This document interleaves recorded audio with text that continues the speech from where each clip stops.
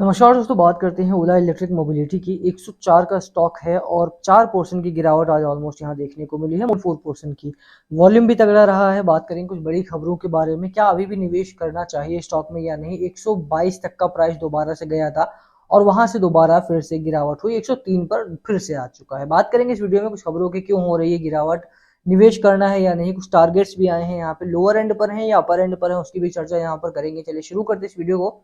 But उससे पहले अगर आप चैनल पे नए हो तो प्लीज चैनल को सब्सक्राइब कर दो, हिट बेल आइकन, ताकि आपको नोटिफिकेशन मिल सके। चलिए स्टार्ट करते हैं। दो तीन चीजों के बारे में बात करूंगा मैं यहाँ पे, और लॉजिक के साथ बात करेंगे। कुछ लंबे अवधि के लिए बात करेंगे, शॉर्ट टर्म के लिए बात नहीं करेंगे क्योंकि स्टॉक शॉर्ट टर्म का नहीं है। तो एक एक करके मैं चर्चा करूंगा यहाँ पे। सबसे पहले बात करूं गिरावट के पीछे का कारण क्या है। तो गिरावट के पीछे का रीजन जो है वो कई सारे मल्टीपल रीजन यहाँ पर है। एक तो ऑटो सेल्स के नंबर आने वाले हैं नेक्स्ट मंथ में, 1 तारीख को, 2 तारीख को, 3 तारीख को नंबर आ जाएंगे। तो उसका कंपैरिजन पिछले मंथ से होगा। तो 70% की गिरावट पिछले महीने में देखने को मिला था। और बजाज ऑटो के साथ ऑब्वियसली कब बात है, कंपैरिजन होता है। Second biggest EV two wheeler seller हैं वो लोग इंडिया में, तो उनके साथ कंपैरिजन ओला इलेक्ट्रिक का होता है। अब मेरा मानना ये है कि यार अगर आप बजाज ऑटो के साथ कंपैरिजन कर भी रहे हो तो ओला के पास अभी भी 1/3 शेयर है। इंडिया में 33% जो ईवी की गाड़ियां बिकती हैं वो ओला की बिक रही हैं, तो 33% मार्केट शेयर तो ओला के पास है। तो एटलीस्ट ये स्टॉक प्राइस तो ये डिजर्व नहीं ही करती है। ठीक है, तो अगर आप कोई भी बाय कर रहा है यहाँ पे, तो वो ये सोच करके अगर आप बजाज ऑटो के साथ भी कंपैरिजन कर रहे हो तो वो उसका स्टॉक प्राइस आप कंपैरिजन करके देखो, इसका स्टॉक प्राइस कंपैरिजन करके देखो। बजाज ऑटो शेयर प्राइस जो है इस समय पर भी वो भी काफी हाई है compare to Ola electric. Bajaj Auto का जो शेयर प्राइस है लगभग 12,000 के करीब का वो है। और वहां से अगर आप कंपैरिजन कर रहे हो ओला के साथ तो you can not compare both the companies. ठीक है, क्योंकि ठीक है आप मान रहे हो कि यार बजाज के पास और भी वेरिएंट है यहाँ पे, वो नॉन ईवी गाड़ियां भी बेचते हैं, तो फिर कंपैरिजन ही बेकार हो जाता है कि किस केस में आप यहाँ पर कंपैरिजन करोगे। तो एक तो मेरा मानना यह है कि इस पॉइंट पर अगर किसी ने बाय किया हुआ है, किसी ने 122 के लेवल पे बाय किया है या किसी ने 140 के लेवल पे बाय किया है, यहाँ पर बेचना थोड़ा सा गलत हो जाएगा। रीजन बीइंग कि देखिए स्टॉक में ऑटो सेल्स के नंबर आने वाले हैं, इवेंट है यहाँ पे, और बड़े इवेंट में बड़ी रैली आती है। कंपनी लगातार काम कर रही है और इस समय पर अगर आप बात करें भविष्य जो इनके वो है, उन्होंने अभी भी अनाउंस करा है कि 3 व्हीलर को भी ये नेक्स्ट मंथ में लॉन्च कर रहे हैं। तो वो एक बड़ा इवेंट होने वाला है नेक्स्ट मंथ में, ऑब्वियस सी बात है। और बजाज ऑटो के साथ जहां तक कंपैरिजन की बात है, मुझे लगता है कि बजाज ऑटो के साथ अगर कंपैरिजन कर भी रहे हो तो इसे उस लेवल का बनने तो दो। मान लीजिए ये 100 रुपए की है, वो 600 की भी हो जाए तब भी आप 12,000 करोड़ की, 12,000 रुपए का जो शेयर प्राइस है उस कंपनी के साथ कंपैरिजन करोगे तब भी कुछ लॉजिक बनेगा यहाँ पे। Otherwise you are just wasting your time. ठीक है, ओला इलेक्ट्रिक की हम कुछ और फ्रंट पर भी बात करेंगे यहाँ पे। अब देखिए कि एक तो चीज ये है कि यहाँ पर जो सेल्स के नंबर है वो नैरो होते जा रहे हैं, वो थोड़ी सी प्रॉब्लमेटिक बात रही है। अगर आप बात करें, राकेश शर्मा जो है executive director of Bajaj Auto, in interview उन्होंने बोला कि Chetak could rise to the second position. Electric scooter जो चेतक उनका आता था पहले पेट्रोल डीजल वगैरह में, वो अभी ईवी में भी लॉन्च कर रहे हैं, तो वो एक अच्छी खबर होने वाली है। वहीं पर ओला ने 3 व्हीलर लॉन्च करने के बारे में बात कर ली है। तो Ola electric, TVS, Bajaj auto have been the top 3 electric 2 wheeler manufacturers in the country for several months, with Ather and Hero MotoCorp holding the 4th and 5th position in terms of market share. तो अभी भी अगर आप ओला की बात करते हो, बहुत सारे सवाल थे कि क्या यहाँ पर बेचना है या फिर रुके रहे, तो मेरा जवाब यही है कि 33% का मार्केट शेयर अभी भी ओला इलेक्ट्रिक के पास है। What compare to what TVS holds, compare to what Bajaj Auto holds. अगर आप कंपैरिजन टीवीएस के बात कर रहे हो, बजाज ऑटो के बात कर रहे हो, तो ओला इलेक्ट्रिक का शेयर प्राइस भी एटलीस्ट वहां तक पहुंचेगा, उसके बाद ही ये कोई वैलिड कंपैरिजन हो पाएगा। अदरवाइज जो 100 रुपए का शेयर प्राइस वाली कंपनी है वो अगर टक्कर दे रही है 12,000 रुपए के शेयर प्राइस वाली कंपनी के साथ, तो मुझे नहीं लगता कि यहाँ पर कोई फेयर कंपैरिजन हो रहा है। यहाँ पर ऑब्वियस ही बात है, वेट करने वाला स्टॉक है।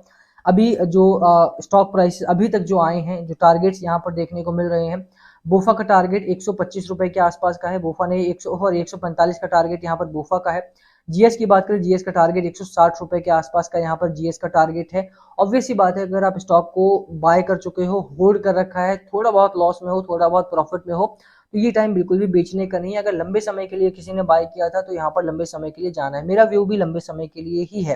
यहाँ पर अगर आप बात करोगे तो ओला जो न्यू एज टेक्नोलॉजी की कंपनी है, जो न्यू एज सीईओ की कंपनी है, यहाँ पर काफी अच्छा यहाँ पर कंपटीशन दे रही है। और आने वाले दिनों में मुझे लगता है कि ओला एक इंडिया में ईवी मार्केट को तो कम से कम अपना जो पोजीशन है, जो 33% वो होल्ड करते हैं, वो कम से कम होल्ड करके रखेंगे ही। नेक्स्ट मंथ में इनका 3 व्हीलर भी लॉन्च हो रहा है, that would be a big event. और वो कितना सक्सेसफुल होता है वो आने वाले दिनों में बताएंगे। एक इंपॉर्टेंट चीज यहाँ पर ये भी है कि एक सपोर्ट लेवल आपका बना हुआ 103 के नीचे के लेवल पे, 100 रुपीज का साइकोलॉजिकल मार्क, ऑब्वियस सी बात है। अगर 100 का मार्क ब्रेक डाउन होता है तो वो एक डिजास्टरस इवेंट होगा, बट वहां पर मुझे लगता है अगर मैं हूं तो मैं एवरेज करूंगा, ना कि बिकवाली करूंगा। यहाँ से स्टॉक अच्छा है, कंपनी बेहतरीन कामकाज कर रही है, आने वाले दिनों में मुझे और उम्मीद है कि यहाँ पर सुधार होगा। तिमाही में नहीं, छमाही में हो सकता है, सालाना हो सकता है। अगर आप यहाँ पर लॉन्ग रन के लिए हो तो लॉन्ग रन के लिए रुको, शॉर्ट टर्म के लिए हो तो it's not a stock for the short term people. Short term वालों के लिए मेरी राय यही रहेगी कि देखिए शॉर्ट टर्म के लिए अभी बहुत ज्यादा प्रॉब्लम्स हैं और वो प्रॉब्लम्स को ओवरकम करने में टाइम लगेगा। आप जोमेटो को, अगर आपको कंडीशन याद हो तो जोमेटो जब लॉन्च हुआ उसके बाद भारी गिरावट वहां पर भी देखने को मिली। कुछ दिनों के बाद 70 रुपए की स्टॉक आसपास आ चुका था, 70-72 के आसपास जहां आईपीओ प्राइस था वहां पर आ चुका था, तो उससे भी नीचे में भी गया था। बट वहां से आज देखिए कहां पर कामकाज कर रहा है। एफआईआई की अगर आप होल्डिंग की बात करें तो ओला में भी एफआईआई की अच्छी खासी होल्डिंग है और लगातार म्यूचुअल फंड और एफआईआई यहाँ पर अपनी होल्डिंग को बढ़ा भी रहे हैं। मैं आपको दिखा देता हूँ यहाँ पे, अगर अभी देखेंगे आप 6.5% के आसपास की होल्डिंग यहाँ पर एफआईआई की है और वहीं पर 7.5% की, सॉरी 7.5% की होल्डिंग यहाँ पर एफआईआई की है, वहीं पर 4.5% की होल्डिंग यहाँ पर म्यूचुअल फंड की है। तो ऑब्वियस ही बात है कि ये लोग शॉर्ट टर्म के लिए नहीं आए, लॉन्ग रन के लिए आए हैं और लॉन्ग रन में जो भी व्यक्ति है अगर 80 भी प्राइस गया तो एफआईआई होल्ड करेंगे, म्यूचुअल फंड होल्ड करेंगे, they are not gonna sell. ठीक है, क्योंकि यहाँ पर वो एवरेज करने का प्राइस होगा। रिटेल इन्वेस्टर 80 पे आएगा तो वो बेचना, 100 पे आएगा तो बेचना स्टार्ट कर देगा, 80 पे आएगा तो और बेचना स्टार्ट कर देगा। तो वो काम ना करें। लॉन्ग टर्म के लिए अगर कोई आया है तो लॉन्ग टर्म के लिए रुके, कंपनी अच्छी है। इस समय पर थोड़ी प्रॉब्लम्स कंपनी के पास है, बट उतने ही ये प्रोडक्ट्स भी लॉन्च कर रहे हैं। फाइनेंशियली कंपनी वीक जरूर है, बट जिस तरह का मार्केट शेयर है, जिस तरह का विजन है, जिस तरह की चीजें आने वाले दिनों में होने वाली हैं, जो 3 व्हीलर लॉन्च हो रहा है, जो इन्होंने डिजाइन में भी काफी बदलाव किए हैं। एक इंपॉर्टेंट अपडेट ये भी है कि डिजाइनिंग में काफी बदलाव कर रही है कंपनी, साथ में बैटरी में भी काफी बदलाव कर रही है company, battery storage, battery capacity में चेंजेस कर रही है। तो ये सारी चीजें मुझे लगता है कि लॉन्ग रन में काफी बेनिफिट करने वाली है। और जिस कंपनी का कंपैरिजन आज बजाज ऑटो के साथ हो रहा है, मुझे लगता है कि वो कंपनी बजाज ऑटो के आधा तो कम से कम आ ही जाएगी। तो 100 रुपीज का अगर कोई स्टॉक है और वो 6,000 जा रहा है तो मुझे लगता है कि ये बहुत ही बड़ी उपलब्धि यहाँ पर होगी। 600 भी जा रहा है तब भी बहुत बड़ी उपलब्धि यहाँ पर होगी। आई एम नॉट सेइंग कि 6,000 या 600 चला ही जाएगा, बट अगर आप कंपैरिजन कर रहे हो तो फेयर कंपैरिजन के लिए यही होगा कि या तो बजाज ऑटो यहाँ पर आ जाए या फिर ये यहाँ पर चला जाए, और वो होगा आने वाले दिनों में। मुझे लगता है कि ईवी का मार्केट बहुत बड़ा है और ईवी की स्टोरी प्ले आउट आने वाले दिनों में होगी। जोमेटो को भी यही लगा था कि जोमेटो कामकाज नहीं कर पाएगा, नहीं बनेगी बड़ी कंपनी, बट आज देख लो आप वो कहाँ पर है और नायका भी कहाँ पर है। नजारा टेक की कंपनी है। पेटीएम नहीं चलेगी बोला था, अभी भी आज अच्छा खासा कामकाज कर रही है पेटीएम भी। ऑब्वियसली बात है वहां पर उतार चढ़ाव काफी रहे हैं प्रॉफिटेबिलिटी में भी, और आरबीआई ने काफी ज्यादा पेनाल्टी भी लगाई, तो डिफरेंट स्टोरी हो जाती है। बट टेक की कंपनीज जो न्यू एज स्टार्टअप्स हैं वहां पर पैसा बनेगा, लॉन्ग रन में बनेगा, शॉर्ट टर्म में नहीं बनेगा शायद, बट हाँ लॉन्ग रन में आपको प्रॉफिट हो सकता है। दोनों ही खबरों के बाद ये वीडियो में यही खत्म करेंगे। टारगेट्स मैंने आपको बता दिए हैं। बोफा का टारगेट 145 का है, जीएस का टारगेट 160 का है स्टॉक में अभी भी। तो जिनको खरीदारी करनी है करें, जिनको सेल करना है करें। It's not a buy sell recommendation video, तो उसको इस तरह से ले। किसी भी इन्वेस्टमेंट से पहले अपने फाइनेंशियल एडवाइजर से जरूर बातचीत कर लें। वीडियो को हम यही खत्म करेंगे। पसंद आए तो लाइक करना, चैनल पर नए हो सब्सक्राइब किए बिना मत जाना। Thank you for watching. Next please comment अगर कुछ पूछना हो तो। Thank you.